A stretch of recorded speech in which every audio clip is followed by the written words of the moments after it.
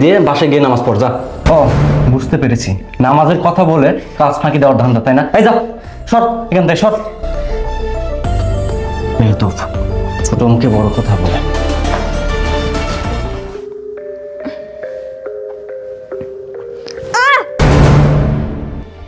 তুই তুই এখানে কি করছিস? ইয়ে মানে ম্যাডাম, আসলে নামাজে রক্ত হয়ে গেছে তো, তাই আমি কোনো জায়গায় জায়গা না পেয়ে আপনার রুমে নামাজ পড়তে বসেছি। এই ওঠ ওঠ বলছি। কি পড়েছিস এগুলো?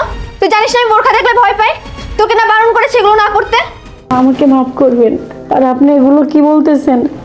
আপনি তো খুব ভালোভাবেই জানেন ম্যাডাম, আমি বোরকা ছাড়া কোনোদিনও আপনার বাড়িতে আসিনি। শুধু আপনার বাড়িতে কেন, আমার জ্ঞান হওয়ার পর থেকে আমি কোনোদিনও বোরকা ছাড়া কোথাও যাইনি। আপনি